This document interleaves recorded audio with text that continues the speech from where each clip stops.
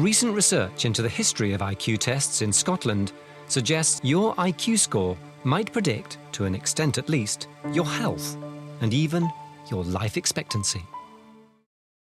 You have 45 minutes to do the test. OK. OK. Bill and Davina are 79 years old. This is the second time they've done this test. The first time was in 1932, when every 11-year-old in Scotland was put through an intelligence test. It's the only time this kind of mass testing has ever been done in the UK. The results were rediscovered recently in an Edinburgh basement. If you want to know how our intelligence changes as we get older, these results are a potential goldmine. We brought hundreds of people back and we got them to sit the exact same test that they had sat when they were aged 11. Now these people were now 79 or 80 years old. We gave the same instructions, we gave the same test, and we gave the same time limit.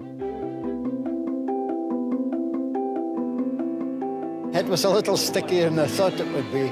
I walked through it quite happily, quite honestly. I felt I must have been very bright at 11 if I sat that exam and passed. There were some intriguing results. Almost everyone had a better score at 80 than they did at 11. But some had gone from being just averagely intelligent to a much higher level. Now that's what really drives our research. We're interested in why have those people who've gone from IQ 100 at age 11 up to 110 or 120, well, what have they done right? What can be the recipe for successful ageing? We're finding that the person with more education, even though they had the same IQ in childhood, is doing slightly better in old age on average. The person who had a more professional job in old age is doing slightly better on average than the person who had a manual job, despite the fact that they started at the same level. The people who smoked have got slightly less good mental ability than you would expect. What's even more remarkable is that the kids who had higher IQ scores at 11 are the very ones still alive today. So it seems high IQ in childhood is good for survival.